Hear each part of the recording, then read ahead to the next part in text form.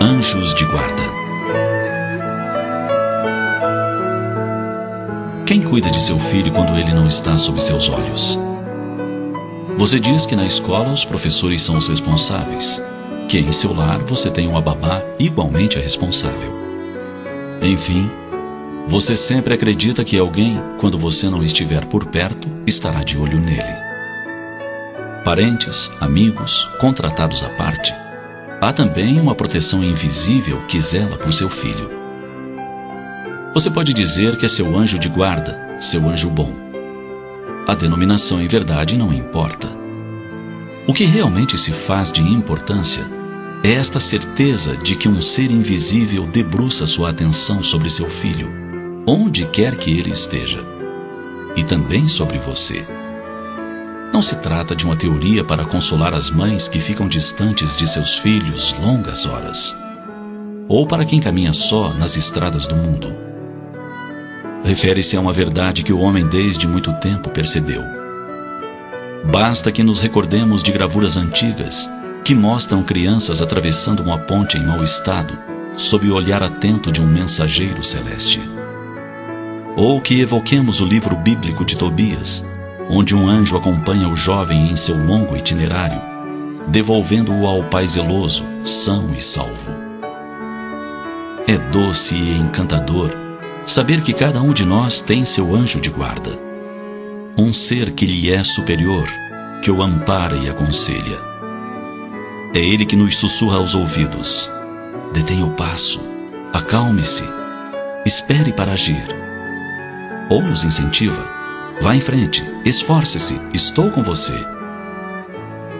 É esse ser que nos ajuda na ascensão da montanha do bem. Um amigo sincero e dedicado, que permanece ao nosso lado por ordem de Deus. Foi Deus quem aí o colocou. E ele permanece por amor de Deus, desempenhando o que lhe constitui bela, mas também penosa missão. Isso porque, em muitas ocasiões, ele nos aconselha, sugere e fazemos ouvidos surdos. Ele se entristece nesses momentos, por saber que logo mais sofreremos pela nossa rebeldia. Mas não afronta nosso livre-arbítrio. Permanece à distância para agir adiante, outra vez, em nova tentativa. Sua ação é sempre regulada, porque se fôssemos simplesmente teleguiados por ele, não seríamos responsáveis pelos nossos atos. Também não progrediríamos, se não tivéssemos que pensar, reflexionar e tomar decisões. O fato de não o vermos também tem um fim providencial. Não vendo quem o ampara, o homem se confia às suas próprias forças. E batalha, executa, combate para alcançar os objetivos que pretende. Não importa onde estejamos. No cárcere, no hospital, nos lugares de viciação, na solidão, ele sempre estará presente. Esse anjo silencioso e amigo nos acompanha desde o nascimento até a morte. E muitas vezes, na vida espiritual. E mesmo através de muitas existências corpóreas, que mais não são do que fases curtíssimas da vida do espírito.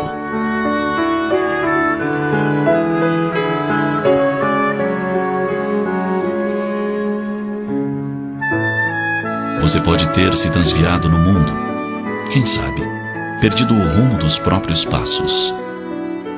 Pense, no entanto, que um missionário do bem e da verdade, que é responsável por você, pela sua guarda, permanece vigilante. Se você quiser, abra os ouvidos da alma e escute-o, retomando as trilhas luminosas. Ninguém, nunca, está totalmente perdido neste imenso universo de almas e de homens. Pense nisso.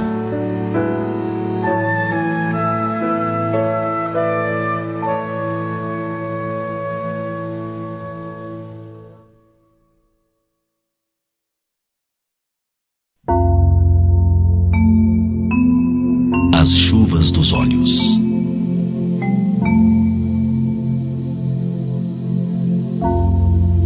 Chove, Na fonte das águas, chove.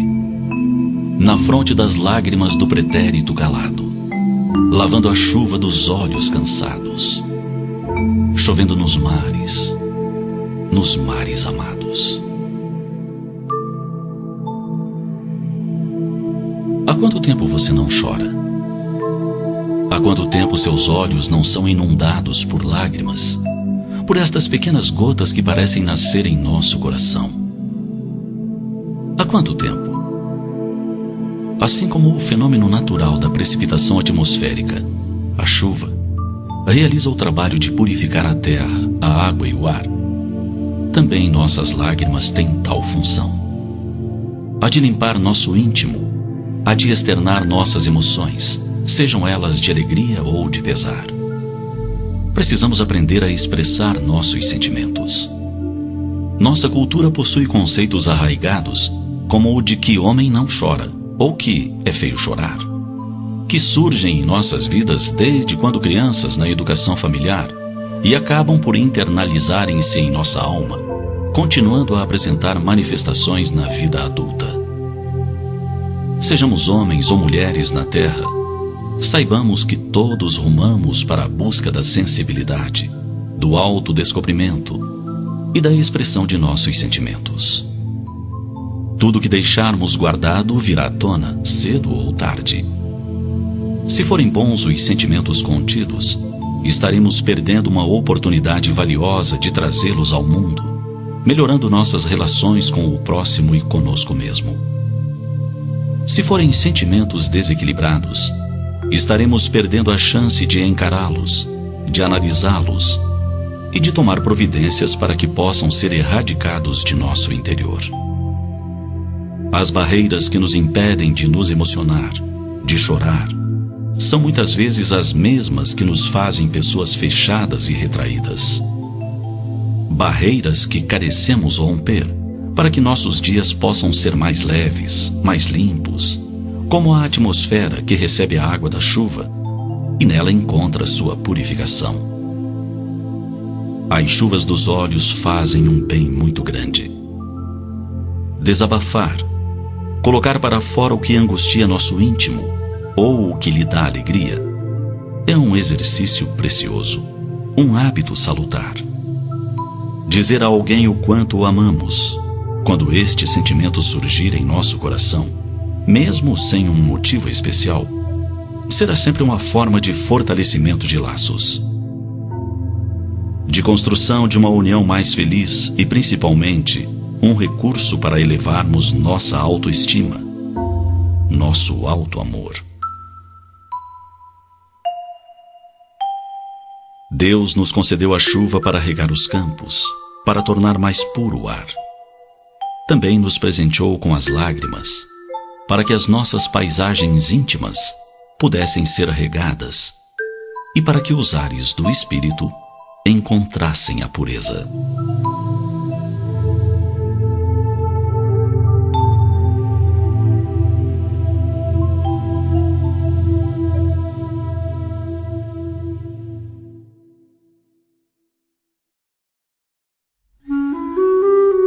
As 4 estações da vida.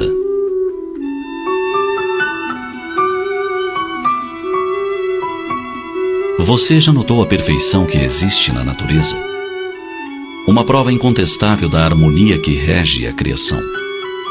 Como num poema cósmico, Deus rima a vida humana com o ritmo dos mundos. Ao nascermos, é a primavera que eclode em seus perfumes e cores. Tudo é festa. A pele é viçosa, cabelos e olhos brilham, o sorriso é fácil. Tudo traduz esperança e alegria. Delicada primavera, como as crianças que encantam os nossos olhos com sua graça. Nessa época tudo parece sorrir. Nenhuma preocupação perturba a alma. A juventude corresponde ao auge do verão, estação de calor e beleza, abençoada pelas chuvas ocasionais. O sol aquece as almas, renovam-se as promessas. Os jovens acreditam que podem todas as coisas, que farão revoluções no mundo, que corrigirão todos os erros. trazem a alma aquecida pelo entusiasmo. São impetuosos, vibrantes. Seus impulsos fortes também podem ser passageiros, como as tempestades de verão. Mas a vida corre célere. E um dia, que surpresa! A força do verão já se foi. Uma olhada ao espelho nos mostra rugas, os cabelos que começam a embranquecer, mas também aponta a mente trabalhada pela maturidade, a conquista de uma visão mais completa sobre a existência. É a chegada do outono. Nessa estação, a palavra é plenitude. Outono remete a uma época de reflexão e de profunda beleza. Suas paisagens inspiradoras, de folhas douradas e céus de cores incríveis, traduzem bem esse momento de nossa vida. No outono da existência, já não há ingenuidade infantil ou ímpeto incontido da juventude, mas há sabedoria acumulada, experiência e muita disposição para viver cada momento, aproveitando cada segundo. Enfim, um dia chega o inverno, a mais inquietante das estações. Muitos temem o inverno, como temem a velhice. É que esquecem a beleza misteriosa das paisagens cobertas de neve. Época de recolhimento? Em parte. O inverno é também a época do compartilhamento de experiências. Quem disse que a velhice é triste? Ela pode ser calorosa e feliz, como uma noite de inverno diante da lareira, na companhia dos seres amados. Velhice também pode ser chocolate quente, sorrisos gentis, leitura sossegada, generosidade com filhos e netos. Basta que não se deixe que o frio enregele a alma. Felizes seremos nós se aproveitarmos a beleza de cada estação. Da primavera, levarmos pela vida inteira a espontaneidade e a alegria. Do verão, a leveza e a força de vontade. Do outono, a reflexão. Do inverno, a experiência que se compartilha com os seres amados. A mensagem das estações em nossa vida vai além. Quando pensar com tristeza na velhice, afaste de imediato essa ideia. Lembre-se que após o inverno surge novamente a primavera e tudo recomeça. Nós também recomeçaremos. Nossa trajetória não se resume ao fim do inverno. Há outras vidas com novas estações. E todas iniciam pela primavera da idade. Após a morte, ressurgiremos em outros planos da vida. E seremos plenos, seremos belos. Basta para isso amar. Amar muito. Amar as pessoas, as flores, os animais, os mundos que giram serenos. Amar, enfim, a criação divina. Amar tanto que a vida se transforme numa eterna primavera.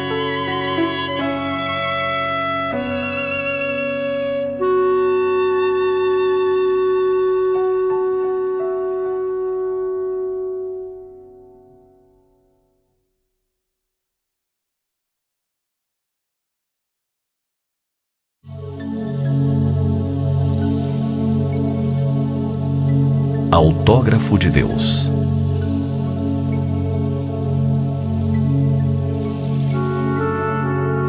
Autógrafo é a assinatura original de próprio punho do autor de alguma obra. Assinam seus quadros os pintores. No entanto, melhor do que a sua assinatura, o que diz se o quadro é verdadeiramente daquele pintor é o seu estilo. Quem quer que se aprofunde pelo conhecimento da arte, poderá, ao admirar uma tela, afirmar do seu autor e identificar, inclusive, se for o caso, a que período da vida artística daquele pintor corresponde. Quem escreve um livro define-se por uma forma de escrever e a partir daí passará a ser conhecido. Naturalmente, coloca seu nome na obra. Mas, mais do que isso, identifica-se pelo estilo e a forma com que desenvolve o seu pensamento ao transpô-lo para o papel. Cada artista tem sua maneira peculiar de se identificar no seu trabalho. E é assim que ele é conhecido e admiradas as suas produções através dos tempos. Quando nossos olhos se extasiam ante a prodigalidade da natureza, quando nossos ouvidos se deliciam com os sons dos rios cantantes, com o murmúrio da fonte minúscula, com as águas que descem pelas encostas, despejando-se ruidosamente de alturas. Quando o vento flauteia uma canção entre os ramos, ou agita com violência o arvoredo. Quando o sol se pinta de ouro e tudo enche de luz por onde se espraia. Quando o céu se faz de tonalidades mil, indefiníveis, num amanhecer indescritível. Quando tudo isso acontece, todo dia, a cada dia, procuramos o autor e a assinatura.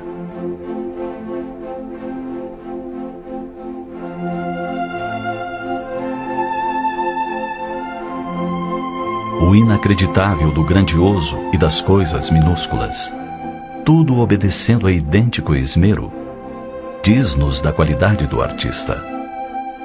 A diversidade de tons, de sons, nos fala de um alguém superlativamente criativo, pois que há bilhões de anos não reprisam pôr de sol, nem o cristal da gota de orvalho, nem a combinação dos gorjeios da passarada. Cada dia tudo é diferente. O sol retorna, as nuvens se espreguiçam, a pradaria se estende, alongando sua colcha de retalhos de cores diversas, bordadas cá e lá de flores miúdas. Mas nada é igual. As folhas nas árvores estão em número maior ou menor. A sinfonia das águas acabou de ser composta. Os pássaros balançam-se em outras ramagens. Sim, o artista responsável pelo concerto do dia e da noite é extraordinário.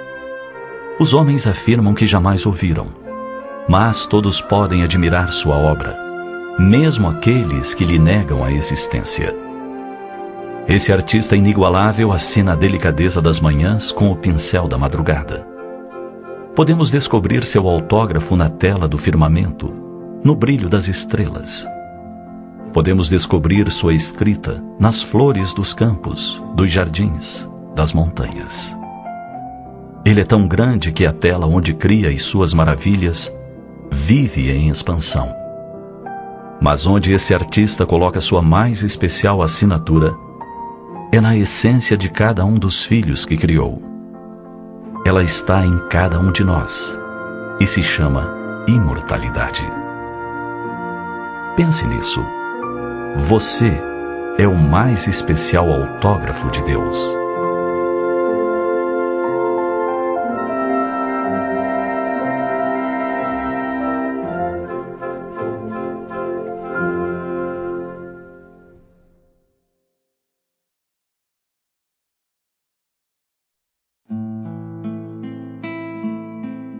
Dias difíceis.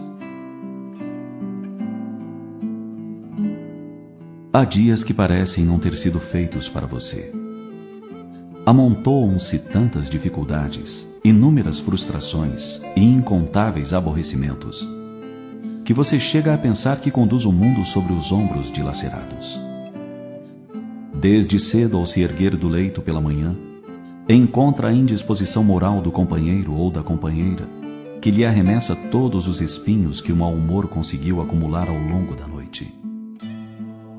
Sente o travo do fel despejado em sua alma, mas crê que tudo se modificará nos momentos seguintes. Sai à rua para atender a esse ou aquele compromisso cotidiano e se defronta com a agrestia de muitos que manejam veículos nas vias públicas e que os convertem em armas contra os outros. Constata o azedume do funcionário ou do balconista que lhe atende mal, ou vê o cinismo de negociantes que anseiam por lhe entregar produtos de má qualidade, a preços exorbitantes, supondo-o imbecil. Mesmo assim, admite que logo tudo se alterará, melhorando as situações em torno.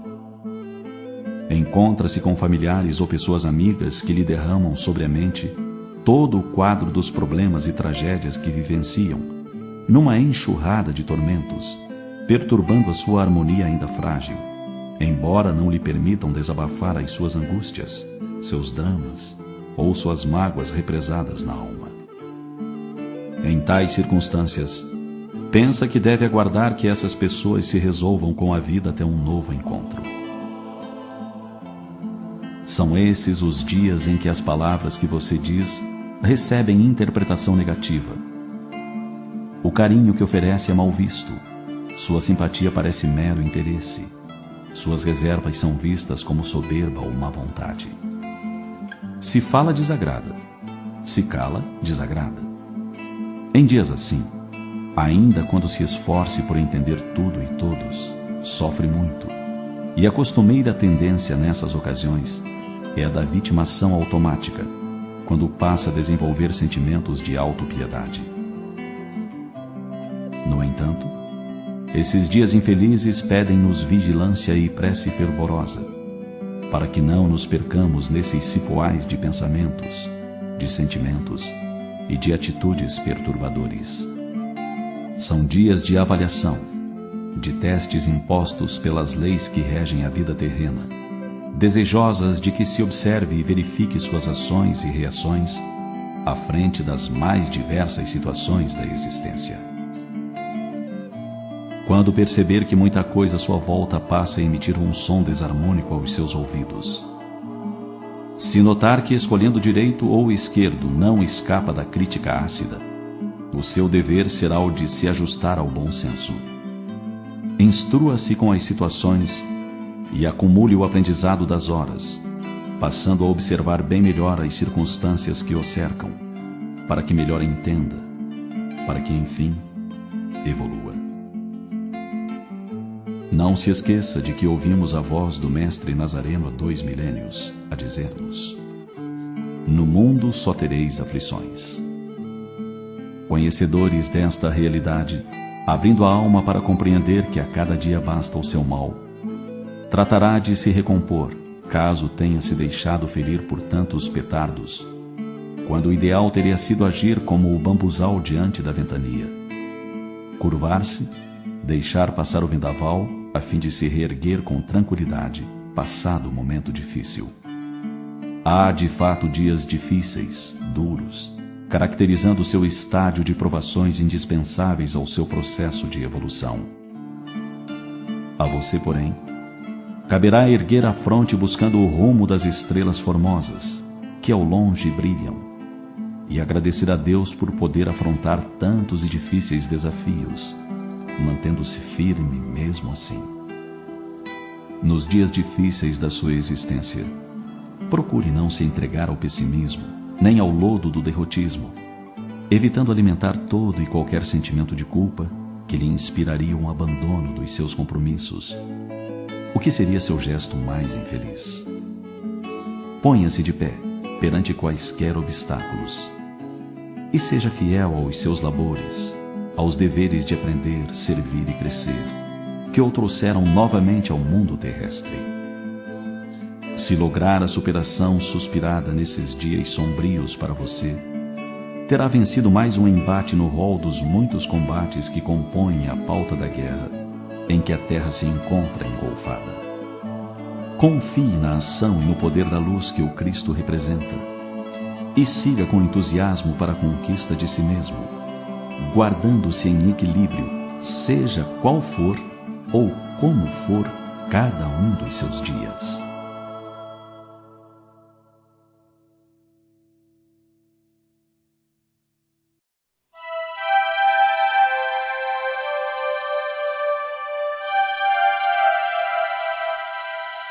Falando de violências.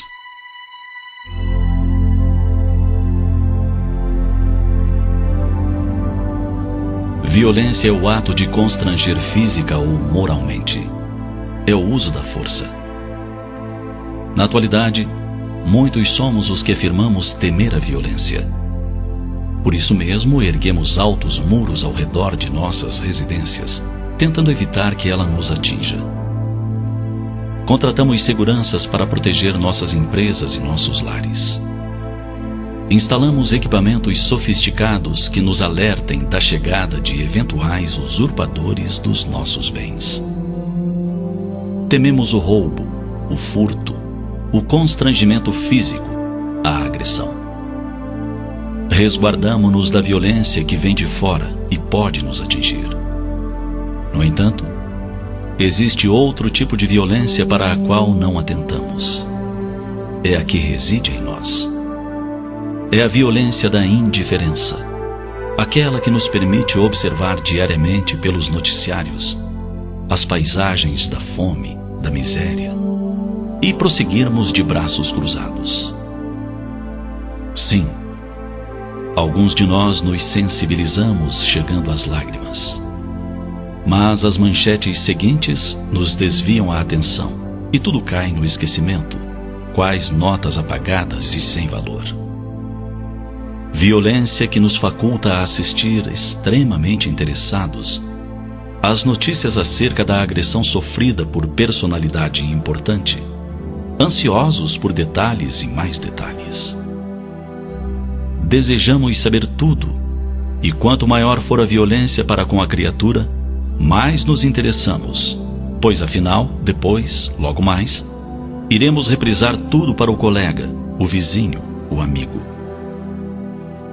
E não nos recordamos de nos recolher à intimidade do coração para orar pelo agredido, pelos seus. A parte a fama, são gente como toda a gente. Sofrem como todos, desde que a dor tem caráter universal e imparcial. Participamos ativamente ou assistimos impassíveis a programas em que o ser humano é exposto em toda a sua nudez moral. Onde a problemática física ou de ordem íntima é levada a público como contos para diversão e lazer. Contudo, os envolvidos são seres humanos que sentem, sofrem, se angustiam. Violência de dentro que alimentamos todos os dias, permitindo que ela se torne hidra voraz. Violência é a atitude com que destinamos velhos e enfermos difíceis a instituições, sem jamais nos interessarmos pelo seu bem-estar. Costumamos aliviar a consciência dizendo que não dispomos de tempo para os cuidados, pois trabalhamos em demasia. Pagamos para que os atendam, à distância, a fim de não lhes ouvir os queixumes e lamentações. E poderiam estar conosco. Se podemos dispor de recursos amoedados para os manter longe, por que não direcionar esses mesmos recursos a quem os possa cuidar, zelar próximos de nós, sob nossos olhos vigilantes? Violência é o ato de mudez que elegemos para agredir o outro no relacionamento doméstico, estabelecendo silêncios gélidos às interrogações afetuosas. É o filho que se fecha em si mesmo, não respondendo aos questionamentos do amor materno e paterno, como forma de agressão por não lhe concederem o que anseia. São os esposos que, entre si, contratam a mudez como símbolo do desconforto de viverem um ao lado do outro, como acorrentado e sem remissão. Violência é a indiferença pelo bem-estar alheio, que nos faculta chegar ao lar, sermos servidos em tudo e sequer erguer os olhos para ver as rugas de preocupação, as lágrimas de dor no rosto macerado de quem nos serve. É levantar-se, comer, usufruir dos bens, deitar-se, sem contribuir em nada para a paz do lar. E bastaria sorrir, agradecer, quem sabe, abraçar quem padece a carência da nossa ternura. A violência de fora pode nos ferir e magoar. A violência de dentro, silenciosa, que aplicamos todos os dias em nossos relacionamentos, é igualmente perniciosa e destruidora. Muitas enfermidades se aninham e evoluem gradualmente ou abruptamente, como resultado da própria violência íntima ou da de outrem. Normalmente, afetos bem próximos. mudez, indiferença, frieza, violências que se reprisam, armas cruéis.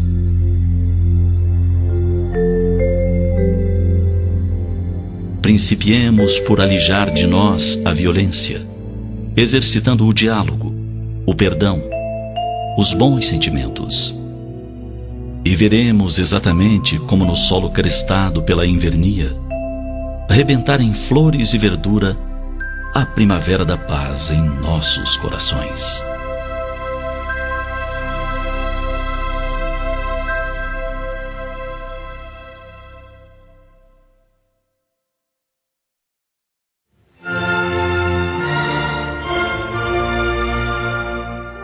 Jesus, modelo e guia.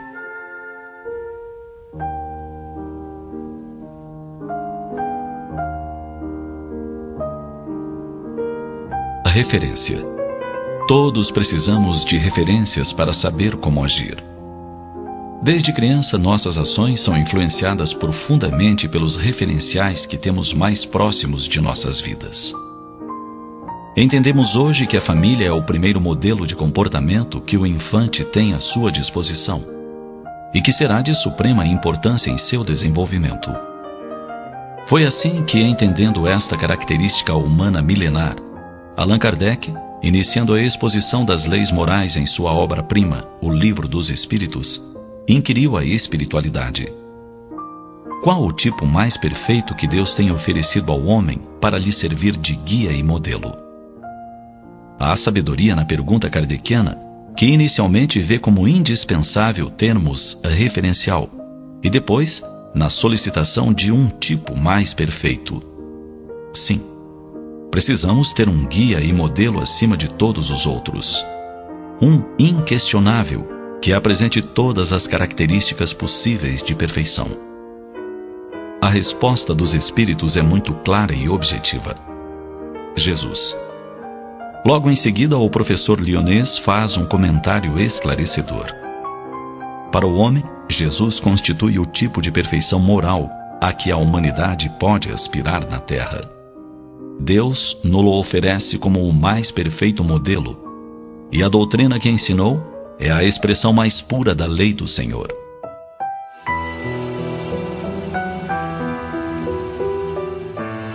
Aí está Kardec ressaltando uma vez mais a ideia de modelo e guia proposta por ele mesmo no questionamento inicial. Faz-se mister que diferenciemos didaticamente estas duas características desse mestre maior, para que nos aprofundemos mais nas reflexões. O que podemos entender por modelo? Modelo seria uma forma típica para se reproduzir ou imitar. Para os pintores, escultores, o modelo é a figura a ser copiada ou a referência única de inspiração para se compor uma obra. No mundo da moda, os modelos são padrões de beleza ditados por esta ou aquela corrente, neste ou naquele momento da história. Entender Jesus como modelo é perceber em seus atos, em suas atitudes, na maneira como procedeu nesta ou naquela situação, uma referência atemporal a ser imitada. Quando o mestre proclama heróico: tomai sobre vós o meu jugo e aprendei comigo que sou manso e humilde de coração, ele nos diz: percebam minha mansidão ao enfrentar as adversidades da vida. Mirem-se na minha humildade, virtude que já tenho conquistada, para que vocês construam a sua. Em outra feita, quando nos momentos finais de sua vida na terra, pede ao Pai Maior que compreenda os que o estavam assassinando. Ele exemplifica o perdão incondicional. Nas entrelinhas poderíamos ler: inspirem-se no meu exemplo. Estou compreendendo, perdoando aqueles que me matam. Façam o mesmo.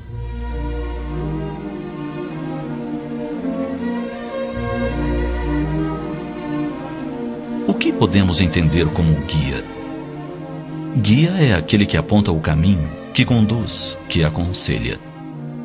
E o Cristo sempre foi o guia por excelência, mostrando-nos todos os caminhos seguros, alertando-nos sobre as trilhas incertas e perigosas. Jesus estava sendo guia quando disse: aquele que quiser ser o maior dentre vós, seja o servo de todos. Ele aponta assim o caminho da grandeza de espírito, a grandeza de quem serve. Ao recitar as bem-aventuranças, ele deixa claro quais as consequências de quem toma o caminho da misericórdia, do pacifismo, da pureza de coração. Finalmente, coroando sua missão como guia e modelo, deixa-nos seu maior ensinamento: amai-vos uns aos outros, como eu vos amei. Como guia lúcido, indica o caminho seguro do amor. Como modelo irretocável, sugere-nos que nos inspiremos em sua forma de amar, na maneira sublime com que amou a humanidade inteira.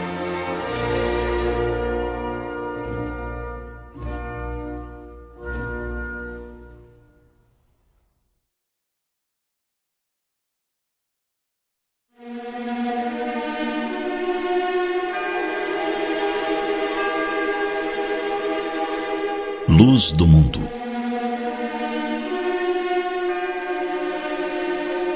Jesus, o mestre dos mestres, tinha sempre palavras de estímulo aos que o seguiam. Ninguém como ele utilizou de forma tão excelente as palavras de incentivo a quem pretendesse estar com ele. É assim que nos credencia a herdeiros do universo, pois que somos filhos do Pai que tudo criou. Bem como nos chama de filhos da luz, ramos da videira, aqueles que podem fazer tudo o que ele fez e muito mais. De forma miúde, ficamos nos questionando a respeito de algumas de suas afirmativas. Por nos considerarmos tão pequenos, tão distantes da grandeza de que se reveste o Mestre de Nazaré, indagamo-nos se ele estaria certo ao nos ofertar tais credenciais. Filhos da luz? Nós, que nos sentimos ainda tateando em sombras densas? Andar no mundo como filhos da luz? Enquanto temos luz? De que luz dispomos? De que intensidade é nossa luz? Então nos lembramos do valor de um fósforo em plena escuridão. Quando a escuridão se faz porque a energia elétrica sofre uma pane, como a luz débil de um fósforo faz a grande diferença. Disse alguém que nos podemos considerar como um fósforo aceso. Sim, a chama não ilumina a grande distância, mas faz a diferença entre a escuridão total e uma pequena claridade. Claridade que nos retira, por breves segundos, embora, da insegurança total das trevas. Claridade que nos permite ver o outro, perceber que não estamos sós, que mais alguém compartilha conosco daquela situação, e nos darmos as mãos. Claridade que nos permite ir buscar uma lanterna, uma vela, um lampião. Ou se nada disso tiver por perto, acender um outro fósforo, e mais outro. Quem sabe, fazer um clarão maior enquanto a energia elétrica não se restaura. Em se tratando da sociedade, podemos imaginar o mesmo valor dessa pequena luz. Se somos um fósforo de dignidade que se acende quando a corrupção anda à solta, fazemos a diferença. Porque a nossa chama mostra a outros o nosso valor e motiva a que os demais resolvam acender a sua própria chama. Se em meio à indiferença geral, somos o fósforo que aquece a alma e a vida de quem sofre, se em meio à covardia moral mostramos a luz da correta conduta, se, enfim, somos a pequenina chama da amizade, da justiça, da fé, quanta luz espalharemos por onde passarmos? Tinha, portanto, toda a razão Jesus ao nos estimular a andar no mundo como filhos da luz. Andar enquanto tivermos luz.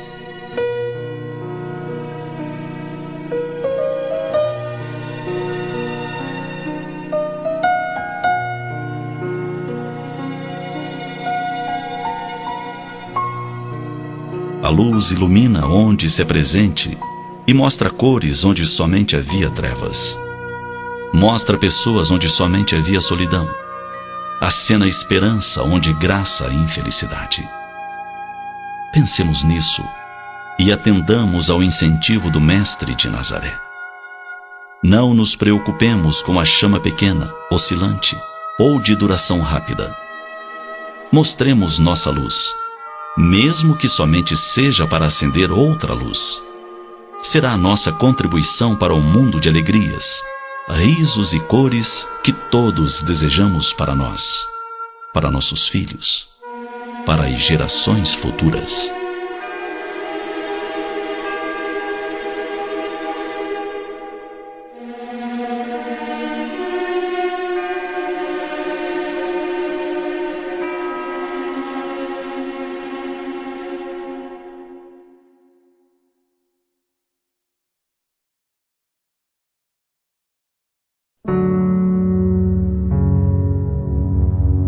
Mediunidade nossa de todos os dias.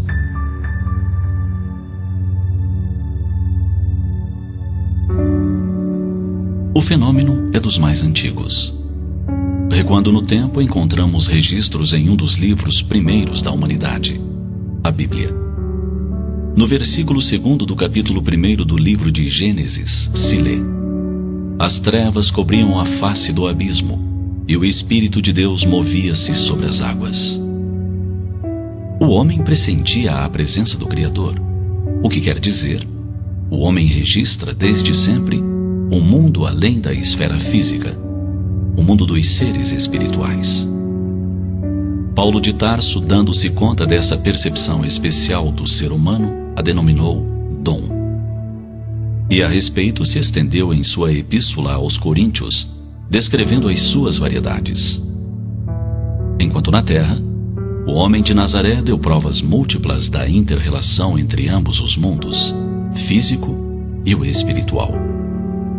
Falou aos espíritos atormentados e que se chamavam Legião, na cidade de Gadara, aos que agrediam o jovem que lhe é trazido para ser curado. Senhor dos Espíritos. Assim o denominaram por descobrirem que os espíritos lhe obedeciam.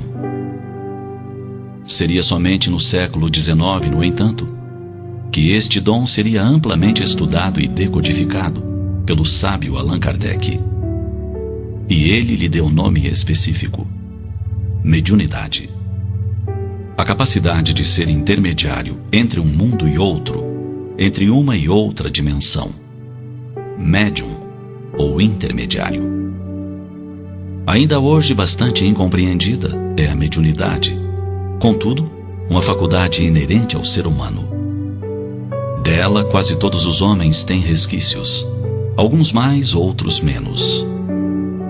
Mas quem já não teve a impressão de ter alguém incorpóreo ao seu lado, velando por si em horas dolorosas? Quem já não se referiu à interferência de seres angélicos em momentos de grande dificuldade? Quem não entregou o filho que parte para terras distantes aos cuidados de um ser que chama anjo de guarda, anjo guardião, protetor, orientador? Quem já não ouviu o sussurrar de vozes imperceptíveis no interior de si mesmo? Dificilmente se encontrará alguém que disso tudo não tenha um mínimo registro, se não por si mesmo, por alguém de sua família. Isso tudo nos diz que o mundo espiritual se faz presente de forma constante no mundo físico. Pode-se dizer que há uma interpenetração de um e outro. Movemo-nos na esfera física.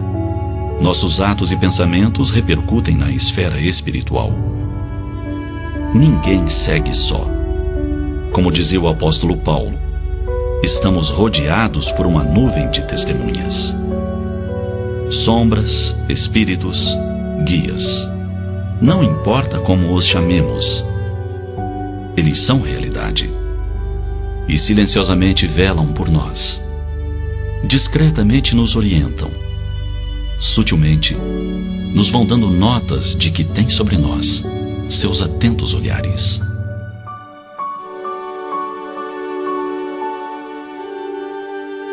Pense nisso. Quando estiver a ponto de desanimar por se acreditar só, abandonado, pense que alguém da espiritualidade guarda sua vida e vela por você. Você pode não crer, mas não importa. Mesmo assim, os que o amam estão com você.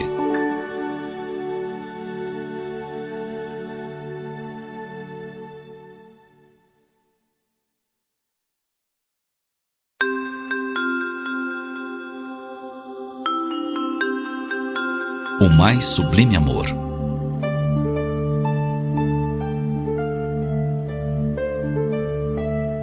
Na época do final de ano, a figura de Jesus costuma ser muito lembrada. Fala-se em sua vida, em seus exemplos e em suas lições. Ele geralmente é apontado como o exemplo de amor mais consumado de que se tem notícia. Afinal, dispôs-se a morrer em holocausto de amor à humanidade. Estar disposto a morrer por alguém ou por uma causa é sinal de grande dedicação e desprendimento. Entretanto, os mártires não são raros nos registros da história. Muitos são os que morreram inocentes no contexto humano. Mas nenhum deles sequer se aproximou da excelsa magnitude do Messias divino. Por grande que seja uma figura histórica, perante Jesus, ela se apequena e desvanece. Bem se vê que a grandeza do Cristo não reside apenas em sua morte, mas primordialmente em sua vida, em um contexto muito amplo. A sublimidade do amor que ele dedica à humanidade transcende tudo o mais que já foi vivido na Terra. A fim de valorizá-lo devidamente, convém raciocinar sobre esse maravilhoso afeto que a todos ampara. Conforme ensina a espiritualidade maior, a perfeição de Jesus se perde na noite dos tempos. Muito antes de o planeta Terra existir, ele já havia completado todos os processos e se tornado perfeito. Na plenitude de todos os dons, recebeu do Criador a tarefa de presidir a criação do orbe terreno. Amorosamente se desincumbiu da tarefa, providenciando um lar para espíritos necessitados de experiências materiais. Mas foi além disso, e se tornou pastor dos bilhões de almas internadas na nova escola sideral em que se converteu o planeta. Seres primitivos a quem ensaiaram seus primeiros passos em destinação à vida moral. Entidades antigas e rebeldes às leis divinas também aportaram no orbe terreno em sua necessidade de ajuste e aprendizado. Jesus, desde sempre, preside os processos de aprendizado e redenção que se desenrolam no planeta. Periodicamente, envia professores, na figura de espíritos mais avançados, que exemplificam virtudes e impulsionam as artes e as ciências.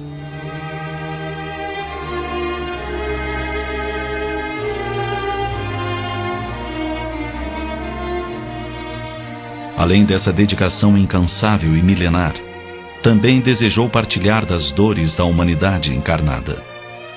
Habituado a conviver com seres angélicos em esferas sublimes, tomou um corpo de carne e habitou entre rústicos e ignorantes. Em sua perfeição, era consciente de sua natureza e da esfera de que provinha. Isso, certamente, lhe permitia diariamente medir a fraqueza e a ignorância existente nos que o rodeavam. Mas não se agastou, não condenou, a ninguém desprezou. Em sua grandeza, demonstrou que o verdadeiro amor desconhece barreiras, por colossais que se afigurem. O exemplo desse sublime amor persiste até hoje, como um convite a que lhe sigamos os passos. Pensemos nisso.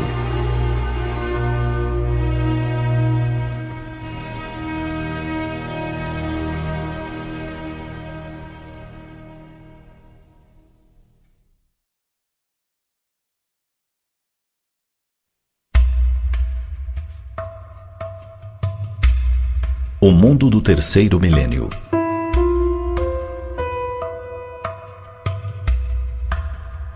Fala-se muito que vivemos em um mundo de constante violência. E se diz que todos andam apressados, que tudo é uma loucura, que não dá mais para viver de forma serena. Contudo, graças a iniciativas que ocorrem ainda de forma esporádica, mas com grande brilhantismo, verifica-se que existem variantes felizes. Um dos exemplos mais recentes Foi a iniciativa de um pouco mais de 30 integrantes da Companhia de Ópera da Filadélfia. Aconteceu no dia 24 de abril de 2010, um sábado, no Reading Terminal Market, na cidade da Filadélfia, na Pensilvânia. O local é um bazar gastronômico ainda hoje, conforme suas remotas origens no século XVII. Em qualquer dia ali se pode encontrar uma variedade eclética de produtos diretos do campo, especiarias incomuns, flores, aves, artesanatos, joias e roupas. É um local apinhado de gente. A média é de 100.000 pessoas que o visitam a cada semana. Pois nesse sábado de abril, enquanto as pessoas se acotovelavam indo e vindo, em meio a balcões de produtos e exposição de telas, de repente uma música começa a encher os ouvidos de todos. É La Traviata, composição de Giuseppe Verdi, inspirada na obra de Alexandre Dumas Filho, A Dama das Camélias. Então, um tenor lança sua voz, seguido de outro mais adiante. Surpreendentemente, do meio daquele povo todo, que andava de um lado para outro conversando, tirando fotos, vão se destacando os membros da companhia de ópera. Estão misturados à multidão, vestidos de forma comum, uns com boné à cabeça, portando mochilas, bolsas, roupas esporte, descontraídos. Somente são identificados a partir do momento que abrem sua boca e começam a cantar.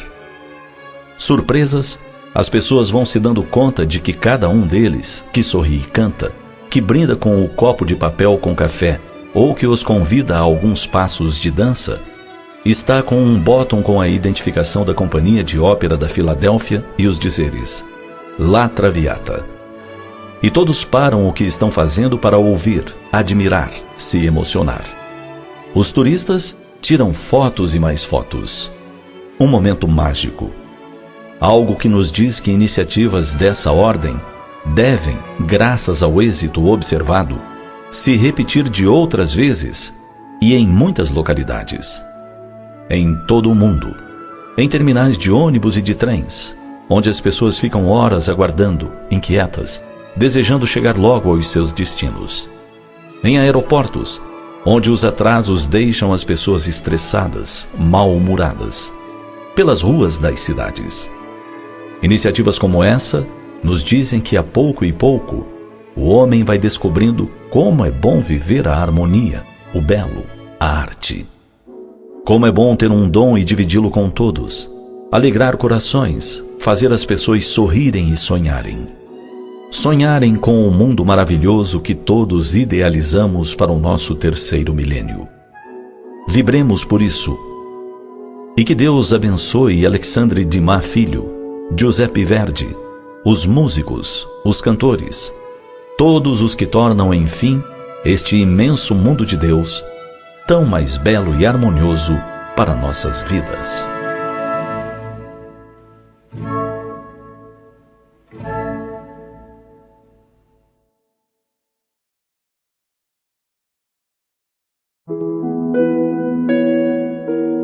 O que devo à minha mãe?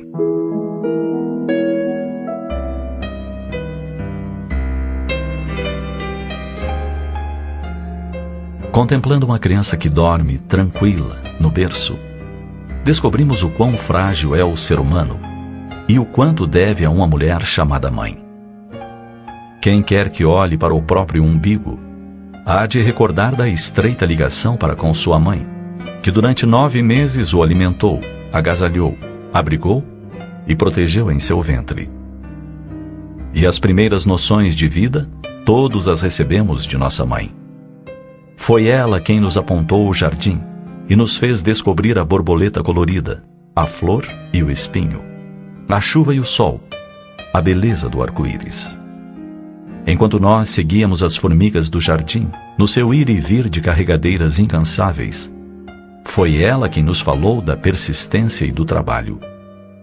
Enquanto nos apontava a aranha, tecendo a sua teia, após o vento forte a ter destruído mais de uma vez, foi nossa mãe quem nos falou da paciência e dos milagres que ela produz. E quando nas primeiras brincadeiras alguém nos derrubava, era sempre ela quem nos lecionava o perdão. quando começamos a perceber as diferenças entre crianças e adultos, velhos e moços, foi nossa mãe quem nos segredou aos ouvidos os valores do respeito e da consideração. Na infância, ela consertou nossos brinquedos, costurou a roupa nova para a boneca que havia sido esquecida na chuva. Na adolescência, mais de uma vez consertou-nos o coração despedaçado pelos primeiros pequenos reveses no namoro. Nosso primeiro sorriso foi a imitação do seu, e foi ela quem nos ensinou a utilizá-lo para quebrar o gelo ou para iniciar um pedido de desculpas. Enquanto pequenos, ela nos fez sempre sentir protegidos e amados. Quando a curiosidade nos fez estender o dedo em direção ao besouro e ele grudou ali, foi para ela que corremos em busca do socorro. Quando o cãozinho pulou e nos fez cair lambendo-nos o rosto, em manifestação de carinho, apavorando-nos, foi ela quem nos tomou nos braços, sossegou, e depois nos ensinou que por vezes as criaturas não sabem expressar muito bem seu afeto e que as devemos ensinar. Foi ela quem nos desvendou o segredo das cores, dos números e das letras, mesmo antes de adentrarmos os bancos escolares. E tudo de maneira informal, como uma doce brincadeira que nos permitia aprender sem cansar. Incentivando-nos à pesquisa, quantas vezes ela nos permitiu incursões de aventura em seu armário e suas gavetas, deixando-nos descobrir tesouros maravilhosos entre bijuterias, colares, anéis, lenços e tantas outras coisas miúdas que eram todo o nosso encantamento. Seus livros foram os primeiros que nos enriqueceram o intelecto. Livros usados, marcados a caneta, lápis ou pedacinhos de papel. Livros cheios de anotações que nos ensinaram como se devia ler, anotando, perguntando, pesquisando. As músicas de sua predileção foram as que nos embalaram a infância, junto com as canções da sua voz que nos acalmavam nas noites de chuva forte, raios e trovões.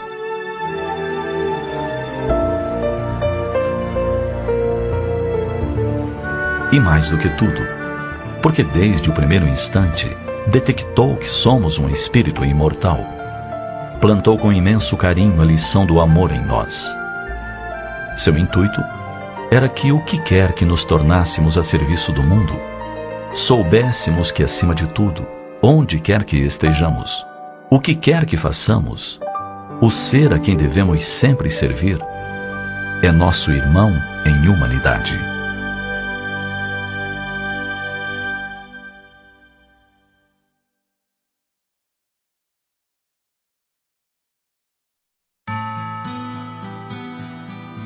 Promessas matrimoniais.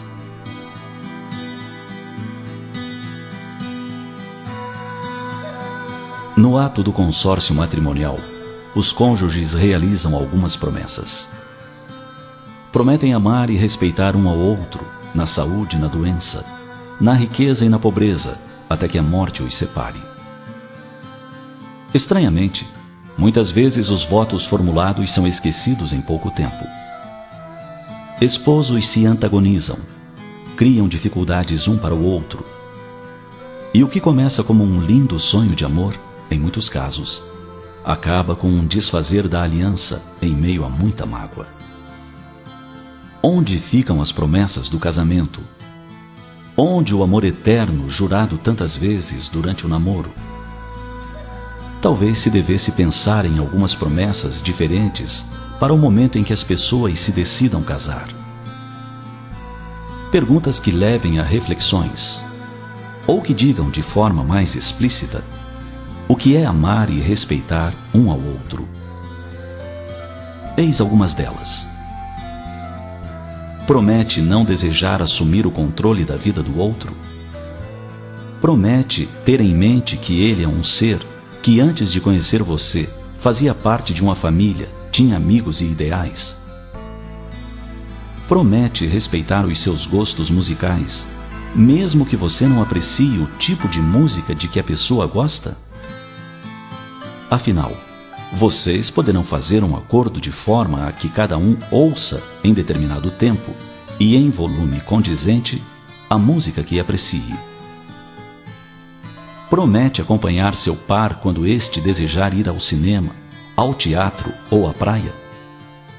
Pode ser que você prefira o futebol, a conversa com os amigos. Mas sempre há a possibilidade de se dialogar e estabelecer um momento para cada coisa, sem que nada fique esquecido ou desprezado. Você promete ser paciente quando encontrar a toalha de banho molhada sobre a cama e pedirá outra vez e uma vez mais para que o fato não se repita? Você promete que deixará seu par dirigir o automóvel sem ficar a todo instante dizendo que engatou a marcha errada, que deve andar mais rápido, que agora deve ir mais devagar, que não sabe dirigir? Promete que mesmo que a comida não seja a melhor do mundo, agradecerá pelo prato que foi feito?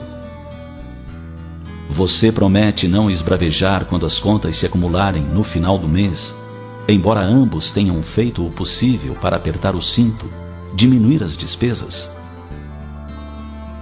Você promete que não esquecerá de dizer, eu amo você, e também, você é importante em minha vida? Você promete que não descuidará de si, simplesmente porque casou? Que continuará a usar perfume, pentear o cabelo, preparar-se para o outro, exatamente como nos dias do namoro? Você promete que não deixará o amor esfriar, a paixão ir embora? Você promete que não contará todos os dias as rugas que forem marcando o rosto do outro? Nem fará comentários desagradáveis com seus amigos sobre as dificuldades do seu par? Você promete que, ao menos no dia do aniversário de casamento, tentará surpreender o outro com um delicioso café na cama? Você promete ser eterno namorado, mesmo que não haja lua no céu nem estrelas a brilhar? Com chuva, frio ou tempestade, ficará com seu par? Enfim, você promete que vai se esforçar para cumprir todas essas promessas? Se a tudo isso, um ao outro disser sim, então, com certeza, o casamento durará muito tempo, porque ambos não serão somente marido e mulher. Serão duas pessoas maduras, cientes de que ambos têm defeitos, também virtudes. E cada dia, um no outro, buscará descobrir a virtude ainda não desvelada. Um ao outro incentivará naquilo em que ainda não é tão bom. E um ao outro pedirá, por favor me ajude, quando precisar. E dirá obrigado, toda vez que receber uma dádiva, um carinho, uma atenção. Quem quer que adentre o barco matrimonial e não deseje ceder vez ou outra, entender e auxiliar, dificilmente chegará ao porto da felicidade. Pense nisso.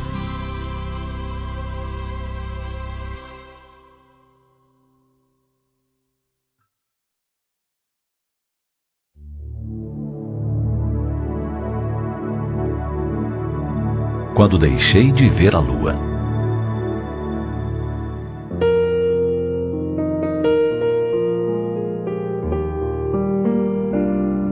Num final de noite fria, de noite estrelada, um homem dirige seu carro pelas ruas da cidade. No banco de trás, ele carrega um tesouro. Seu filhinho de 2 anos de idade. Parados no semáforo, ele observa que o filho está com o olhar fixado no alto, longe, para fora da janela. Uma luz azul suave adentra o veículo, iluminando o rosto da criança, proporcionando uma beleza sem igual para o pai apaixonado. Então, com aquela voz tenra, a voz pequena da descoberta das primeiras palavras, o filho diz: Lua. Sim, é mesmo, diz o pai. É a lua. Que linda é a lua, não é, meu filho? A criança nada responde e continua observando encantada o satélite natural da Terra. As crianças sabem que o belo precisa ser contemplado e que qualquer palavra é pequena e insuficiente para descrevê-lo. Após isto, o pai torna a olhar para fora também e consegue observar a maravilha de uma noite enluarada de outono. Consigo então pensa: quando deixei de ver a lua? Lembrou-se que fazia muito tempo, desde a última vez que pôde contemplar o fulgurante brilho lunar. Será que me esqueci da lua? Ela certamente não esqueceu de mim, pois há pouco conversava com meu filho em pensamento.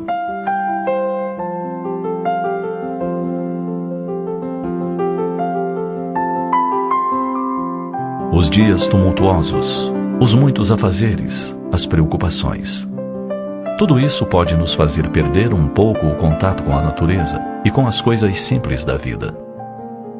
Começa o ano, quando vemos já é março, já é junho.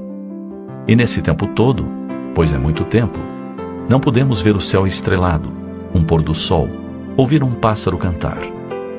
Faltou o tempo, alegamos, quando na verdade faltou oportunidade.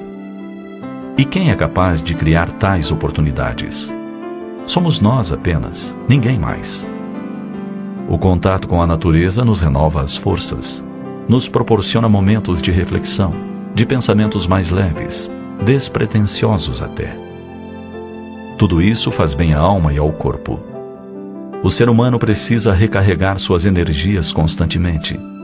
E Deus nos deu diversas fontes inesgotáveis de tais recursos. Uma volta na quadra a passos lentos, um piquenique sem hora para começar ou terminar, alguns minutos de brincadeira com os filhos, um jantar surpresa a dois, uma visita a alguém querido, um final de semana sem TV ou internet. Não podemos nos deixar ser simplesmente consumidos pelo mundo moderno e suas neuroses atuais. A vida é muito mais que acordar, trabalhar, alimentar-se, usufruir de pequenos prazeres, dormir.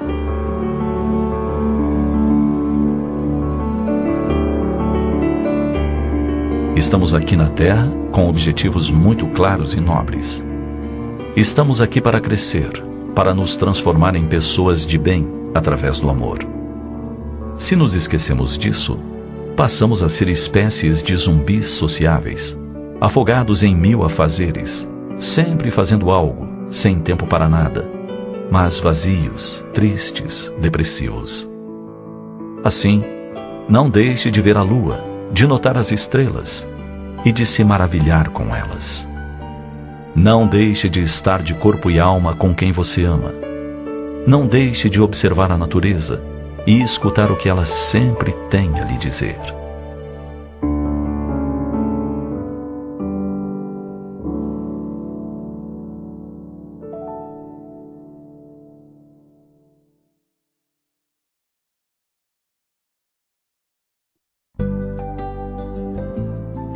Um novo alvorecer.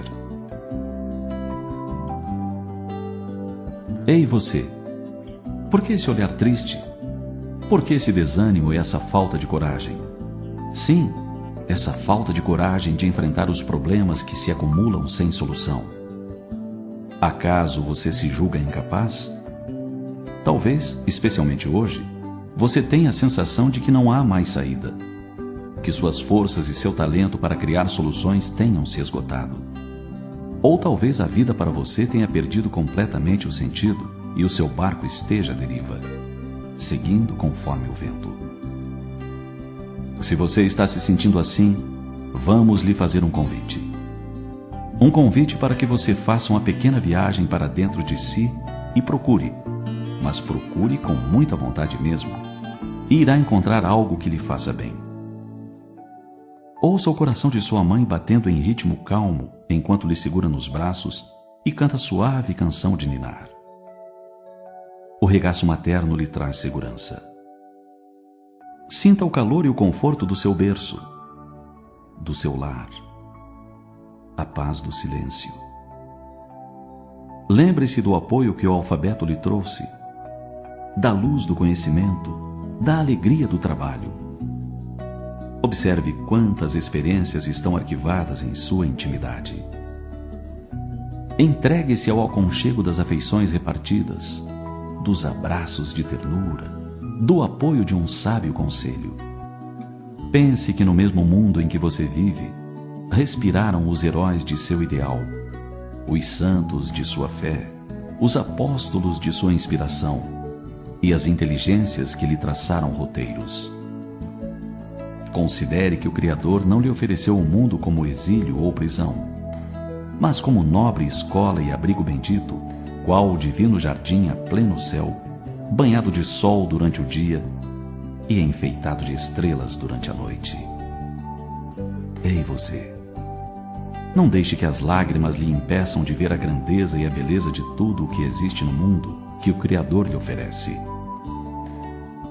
Se hoje existe algum problema que lhe traz inquietação e dor, lembre-se de que outro dia não tardará a surgir, trazendo um novo alvorecer. E se sentir que está difícil sem ajuda, não se acanhe, refugie-se em um lugar tranquilo e busque o apoio da oração. Eleve o pensamento ao alto e deixe seu coração falar ao Criador. Senhor, no recolhimento de minha alma sofrida, venho lhe pedir um pouco de paz, de força, de coragem. Desejo ver o mundo com olhos de amor, confiança e ternura. Quero ter esperança, ser feliz como criança, olhar o mundo com fé. Quero enxergar nas pessoas a luz que cada um traz em si como herança sua. Desejo acreditar que o mundo tem jeito e que problemas só existem para me ensinar a resolvê-los. Quero ser alegre, leve e confiante.